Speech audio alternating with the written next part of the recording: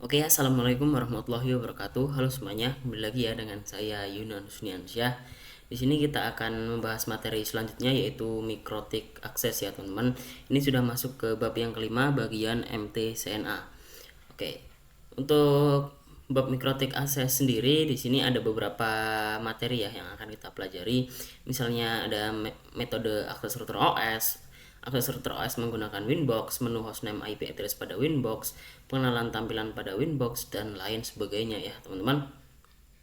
Nah, untuk yang pertama kita akan membahas materi beberapa cara metode atau banyak metode untuk mengakses router OS teman-teman. Oke, jadi di sini untuk metode akses mikrotik router OS itu ada banyak ya teman-teman. Misalnya di sini kita bisa menggunakan keyboard. Nah, keyboard ini biasanya kita gunakan pada router OS yang kita install pada PC. Nah, ini kita bisa langsung menggunakannya di PC dan kita bisa lakukan dengan menggunakan CLI ya teman-teman. Yang kedua yaitu ada serial console. Nah, ini biasanya antara router board dan PC kita nih ada perantaranya nih teman-teman, seperti konektor kabel serial, kabelnya besar ya teman-teman. Nah, selanjutnya ada remote server telnet atau SSH nih teman-teman. Nah, yang selanjutnya ada Winbox, ini yang akan mungkin sering kita gunakan nih, Winbox. Yang ke berapa ini? Yang ke 5 nih ada FTP teman-teman. Nah, ini fungsinya untuk remote programming ya teman-teman. Dan yang selanjutnya ada API dan selanjutnya ada QuickSet atau Webfig nih teman-teman. Yang berikutnya ada MacToolnet. Yang ke selanjutnya ada lokal atau Winbox terminal menu. Yang terakhir ada mikrotik tick app. Jadi mikrotik tick app ini adalah untuk mengetahui secara langsung bandwidthnya ya teman-teman, bandwidth dari router OS milik kita nih. Oke, mungkin itu saja materi kali ini. Kita lanjut ke materi berikutnya. Oke teman-teman, kita lanjut ke materi berikutnya yaitu akses router board dengan Winbox ya teman-teman. Nah, kali ini karena saya tidak memiliki router board nih, saya akan menggunakan lab environment. Yang saya gunakan adalah seperti Pinet Lab ya teman-teman, Pinet Lab. Nah, namun jika kalian memiliki router board di rumah, misalnya router board 941 maupun 951 teman-teman, kalian bisa mengaksesnya menggunakan laptop ya, menggunakan laptop. Jadi nanti untuk mengaksesnya kalian perlu menggunakan kabel LAN ya teman-teman, kabel LAN. Untuk mengonekannya pada router boardnya kalian masukkan ujung kabel satunya ke port Ether 2 nih teman-teman. Kenapa nggak di Ether 1? Karena di Ether 1 itu masih ada firewallnya nih teman-teman, jika kalian masih baru beli nih router boardnya. Nah, seterusnya jika sudah teman-teman hubungkan di router boardnya, kalian bisa hubungkan di komputer atau laptop kalian pada port LAN ya teman-teman. Nah, jika kalian laptopnya tidak memiliki port LAN, kalian bisa menghubungannya dengan converter ya teman-teman, antara converter USB to LAN teman-teman. Oke, nah selanjutnya untuk aplikasi Winbox available on Windows terkait macOS ataupun Linux bisa menggunakan pihak ketiga nih teman-teman. Nah, sebelumnya jika saya sudah membahas jika kalian tidak memiliki port LAN pada laptop kalian bisa menggunakan converter ya teman-teman. Nah, di sini kita bisa menggunakan Kita bisa menggunakan login ya, menggunakan MAC address maupun IP address nih teman-teman. Nah, jika kalian belum mempunyai atau belum menambahkan IP address pada router board kalian atau router OS kalian bisa menggunakan MAC address nih teman-teman. Itu biasanya by default langsung muncul nih teman-teman, walaupun kalian baru beli router boardnya. Ini biasanya langsung muncul MAC addressnya nih teman-teman. Nah, misalnya pada saat kalian sudah berhasil login dan keluar alert nih seperti ada default configuration, nah kalian bisa remove saja ya di situ teman-teman. Oke, selanjutnya di sini kita akan menggunakan mikrotik router board menggunakan Winbox. Jadi saya kali ini menggunakan Pinet Lab alat emulator jaringan paket ya teman-teman. Nah, jika kalian tidak mempunyai router board, ini alternatif yang sangat efektif ya teman-teman jika kalian tidak memiliki router board, yang mana router board ini merupakan harganya cukup mahal, yang paling murah kisaran 200 ribuan. Oke, nah di sini kalian perlu menghubungkan router kalian dengan ISP nih teman-teman. Oke, namun sebelum itu saya akan mencoba dengan Winbox terlebih dahulu ya teman-teman. Kita coba buka. Nah, di sini saya sudah masuk nih teman-teman. Oke, sebentar. Nah, di sini saya sudah masuk ke Winbox-nya. Nah, secara default-nya nih teman-teman, secara default hostname-nya dari router board maupun router OS yang kalian punya itu masih Mikrotik nih teman-teman, masih Mikrotik. Nah, jika teman-teman ingin mengubahnya misalnya dengan nama kalian nih, nah kalian bisa pilih yang sistem nih, sistem lalu identity, lalu kalian bisa hapus dan ganti menjadi RB. Nah, ini misalnya saya teman-teman, misalnya saya di sini menggunakan nama saya, kalian bebas untuk menamainya apa saja dan di sini saya oke. Oke, di sini sudah berubah ya teman-teman, yang sebelumnya Mikrotik menjadi RB Yunan. Nah, di sini saya sebelumnya menggunakan admin ya, admin login menggunakan admin dan passwordnya saya kosongi dan saya menggunakan IP address untuk loginnya. Nah, untuk penambahan IP agar kalian bisa login menggunakan IP seperti saya, kalian bisa klik IP. Lalu kalian bisa ke addresses ya. Nah, di sini kalian bisa menambahkan IP-nya. Nah, kebetulan saya di sini sudah pernah menambahkan IP, makanya saya bisa login menggunakan IP address. Oke, kita tambahkan IP lagi ya, teman-teman. Misalnya kita tambahkan IP 192.168.88.1. Kita /24 agar nanti subnetnya langsung terkonek ya, teman-teman, dan di sini networknya juga langsung dapat. Nah, di sini untuk interface-nya saya pilih Ether 2. Kita coba apply. Nah, di sini networknya langsung muncul ya teman-teman, network dari address yang kita sudah masukkan. Lalu di sini kita tinggal oke saja. Oke, mungkin itu saja pada materi kali ini. Kita lanjut ke materi berikutnya. Oke teman-teman, kali ini saya akan coba untuk menampilkan kepada kalian semua tampilan Winbox ya teman-teman secara lebih detail ya. Nah, di sini saya akan login menggunakan IP address. Nah, di sini kalian bisa menggunakan dua opsi nih teman-teman. Mau kalian bisa menggunakan MAC address ataupun kalian bisa menggunakan IP address. Nah, jika kalian pertama login seperti yang saya bilang sebelumnya dan kalian belum menambahkan IP address pada router OS kalian bisa menggunakan MAC address nih teman-teman. Bebas, sama saja nih sebenarnya. Nah, namun di sini saya akan memilih untuk login menggunakan IP address saja. Dan kita akan coba konekkan. Oke, sudah masuk ya. Nah, di sini untuk change password, di sini kalian ingin menambahkan password atau tidak. Nah, jika kalian perhatikan tadi di bawah admin itu ada password nih, teman-teman. Nah, karena di situ saya belum memasukkan password atau menambahkan password, jadi saya kosongi saja ya. Oke. Jika sebelumnya saya hanya menjelaskan tentang nih di sini IP, untuk penambahan IP di sini saya akan menjelaskan tentang lebih detail nih teman-teman antara fitur-fitur yang sebanyak ini. Oke, yang pertama di sini seperti yang teman-teman lihat pada tadi ketika saya login ke Winbox ya. Di sini saya menggunakan usernya admin dan di sini saya menggunakan login yang menggunakan IP address. Jika kalian menggunakan MAC address di sini tertampilnya MAC address ya, teman-teman. Nah, di sini hostname-nya seperti yang saya sudah ganti sebelumnya Mikrotik. Sekarang di sini sudah diganti menjadi RB Yunan ya, teman-teman. Dan di sini Winbox versinya 6.49.8. Nah, on CHR. Nah, CHR ini merupakan jenisnya, teman-teman.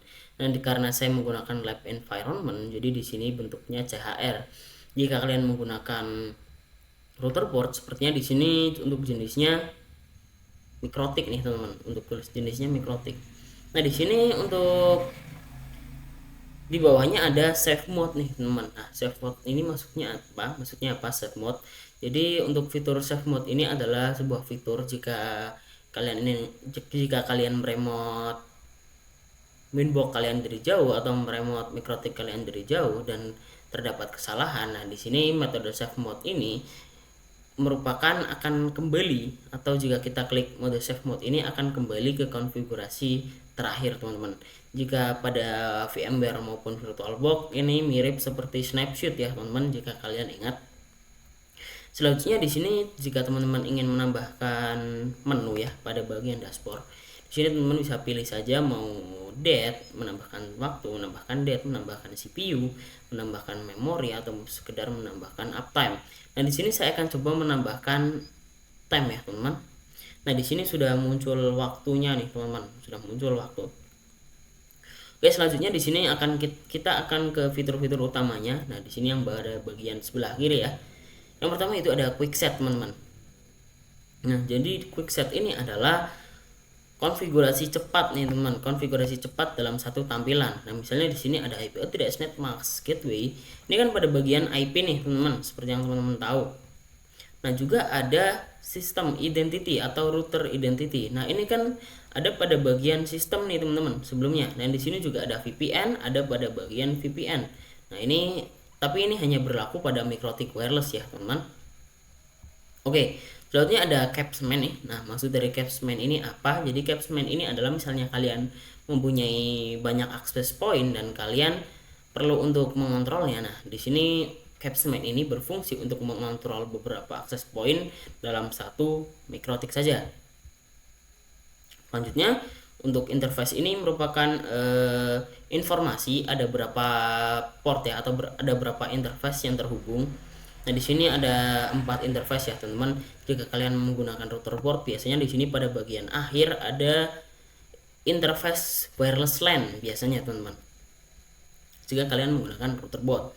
Nah, jika di sini ada wireless, ini seperti yang saya bilang sebelumnya, di sini untuk wireless LAN ya, teman-teman. Nah, di sini ada interfaces dan lain sebagainya. Nah, di sini ada bridge ini, teman-teman. Jadi di sini bridge ini adalah fungsinya untuk menggabungkan beberapa interface ke dalam satu port nih, teman-teman. Nah, di sini juga ada mesh. Nah, ini merupakan konfigurasi HWS pada wireless ya, teman-teman. Kemudian ada IP, di sini ada banyak fitur mulai dari DHCP, hotspot, firewall dan lain sebagainya.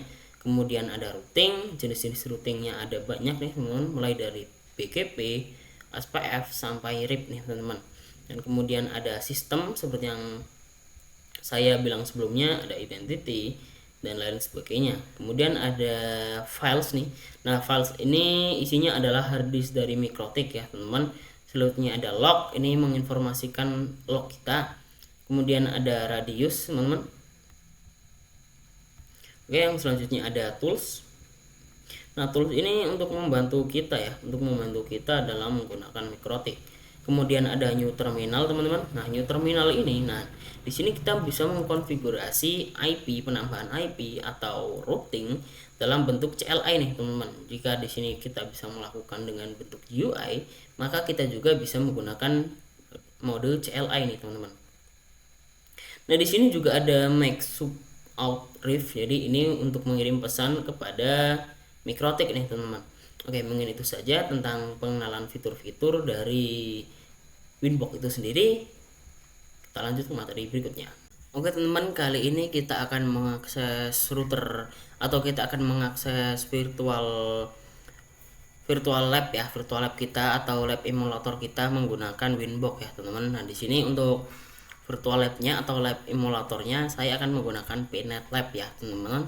Nah, kalian bebas sih menggunakan apa saja, namun di sini saya menyarankan menggunakan PNet Lab karena ini lebih efektif ya, teman-teman.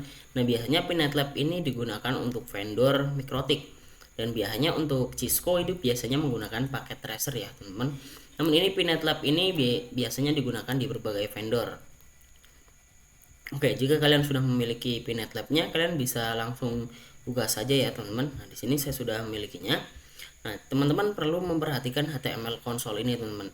Ini perlu dinyalakan ya, teman-teman, karena nanti jika kita ingin masuk ke dalam router OS-nya itu biasanya tidak bisa kalau misalkan HTML konsolnya tidak di-on-kan. Seperti itu.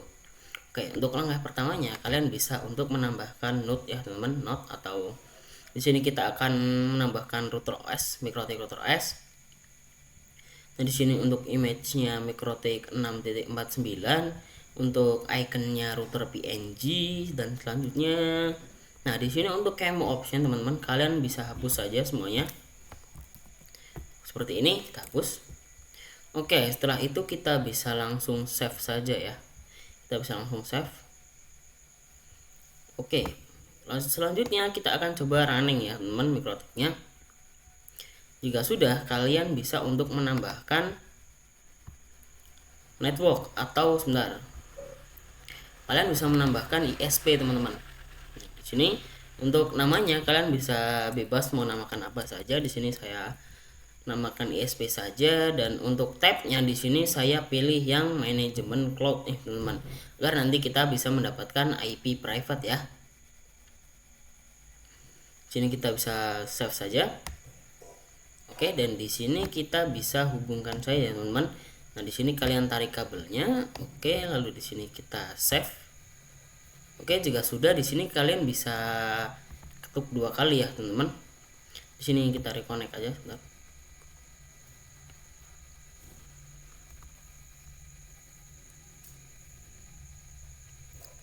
Nah, jika seperti ini kalian tinggal enter saja teman-teman. Nah, di sini untuk ininya kita bisa masukkan MikroTik loginnya sebagai admin. Dan untuk passwordnya kalian kosongi saja ya. Dan jika keluar pertanyaan seperti ini kalian bisa no saja. Dan kita bisa Ctrl C. Untuk teman-teman, untuk caranya kalian bisa untuk memasukkan perintah IP address print ya teman-teman. Seperti ini, lalu kita bisa enter saja. Nah, di sini untuk untuk IP-nya yang kita dapatkan dari ISP-nya yaitu adalah 192.168.27.145 teman-teman. Nah, jika kalian mematikan Pinet Lab-nya, itu mungkin kalian jika cek IP address lagi itu mungkin akan berbeda ya teman-teman IP-nya yang didapatkan. Oke, kita coba untuk login ya. Login ke dalam Winbox-nya menggunakan IP address yang sudah kita dapatkan. Coba. Nah, di sini kita dapat IP address-nya ya teman-teman. Nih 27.145. Nah, ini sudah berhasil ya teman-teman. Kenapa di sini kita menggunakan Pinet Lab? Karena nanti pada pelajaran-pelajaran seterusnya atau materi-materi seterusnya kita akan menggunakan lab emulator Pinet ya teman-teman. Mungkin itu saja pada materi kali ini, kurang lebihnya mohon maaf. Kita lanjut ke materi berikutnya.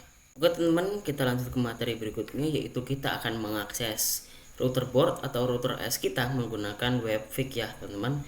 Jadi kurang lebih tampilan Webfig seperti ini. Dan di sini Webfig diperkenalkan sejak router OS dari versi 5.0 ya teman-teman, seperti Winbox. Nah, support, dan di sini Webfig juga support IPv4 dan IPv6, support HTTP dan HTTPS juga. Dan selanjutnya di sini sebagai alternatif dari Winbox ya teman-teman. Nah, di sini jika Winbox kalian error atau tidak bisa diakses, kita bisa menggunakan Webfig ya teman-teman.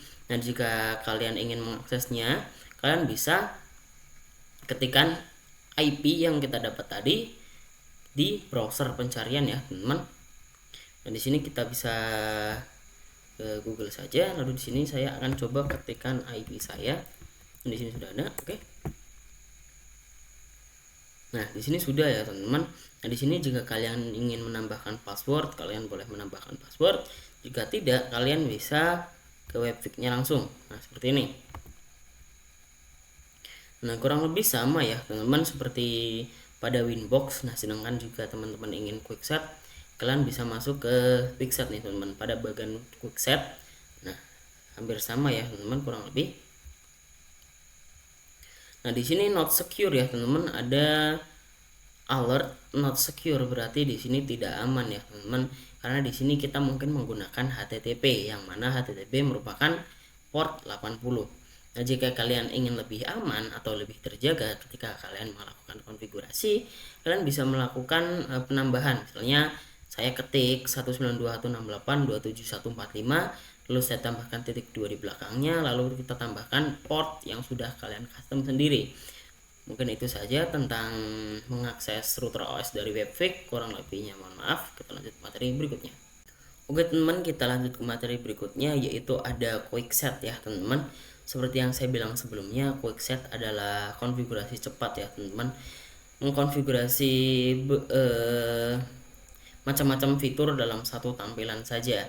Nah, di sini karena seperti yang saya bilang sebelumnya, quickset ini hanya bisa digunakan ketika MikroTik kita wireless ya teman-teman. Namun karena di sini lab kita menggunakan lab emulator yaitu Pinet Lab, fitur quickset ini tidak bisa digunakan ya teman-teman.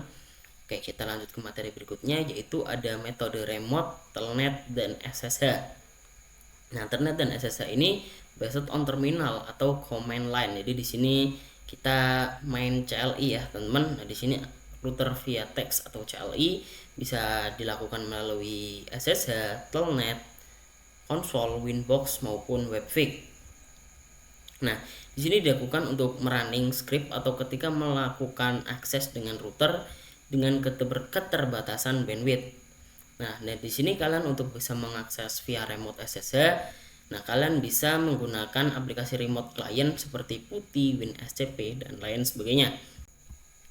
Oke teman, jadi di sini saya akan mencontohkannya dengan PuTTY ya. Kita akan coba contohkan dengan PuTTY dan di sini kalian bisa masukkan IP yang kita dapatkan dari router tadi. Nah, di sini sudah dan portnya default ya teman-teman, port 22. Kalau kita open, nah di sini kalian bisa loginnya admin saja lalu enter. Nah di sini sudah bisa ya teman-teman. Nah di sini sudah bisa. Oke, mungkin itu saja materi telnet dan SSH. Kita lanjut ke materi berikutnya. Oke teman-teman, kita masuk ke materi yang terakhir, yaitu ada konsep serial konsol. Nah jadi konsep serial konsol itu maksudnya adalah kita menghubungkan router dan PC kita melalui kabel ya teman-teman, melalui kabel konsol teman-teman. Jadi di sini kita akan melakukan akses router port menggunakan kabel konsol dan itu melalui terminal ya teman-teman, atau berbasis teks. Jadi di sini jika kita melakukan konektivitas melalui serial konsol, di sini kita bisa melakukan troubleshooting nih teman-teman. Namun tidak semua router bisa menggunakan konsep serial konsol seperti ini. Mungkin hanya router yang biasanya besar nih teman, routernya biasanya besar dan itu merupakan kelas menengah. Dan untuk cara menggunakan serial konsolnya itu kita bisa masuk ke PuTTY. Sebentar, kita coba contohkan saja PuTTY seperti ini. Nah di sini kita bisa pilih yang serial nih teman-teman. Kita bisa pilih yang serial nih, serial, lalu kalian bisa lanjutkan saja dengan mengetikkan hostname atau IP-nya. Mungkin itu saja pada bab kali ini, kurang lebihnya mohon maaf dari saya. Sampai bertemu di bab selanjutnya.